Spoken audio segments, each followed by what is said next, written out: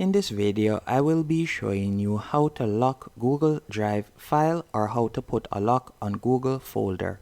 For example, you can see this file right here. I've placed a lock on it. Now to do this, all you'll need to do once you're in Google Drive, you're going to select the file that you would like to lock. So let's say, for example, I would like to lock this file right here. All I would need to do is tap on the three dots in line with the file name. Then you're going to hover over file information. From there, you're going to see the option lock. You're going to tap on that. Then you are going to tap on lock once more. After you have done that, you can see that a lock has now been placed on the file.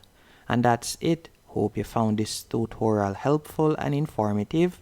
And if it is a case that you would like to remove the lock, you can simply tap on the three dots once more, then hover over file information, then tap on unlock, then select unlock once more.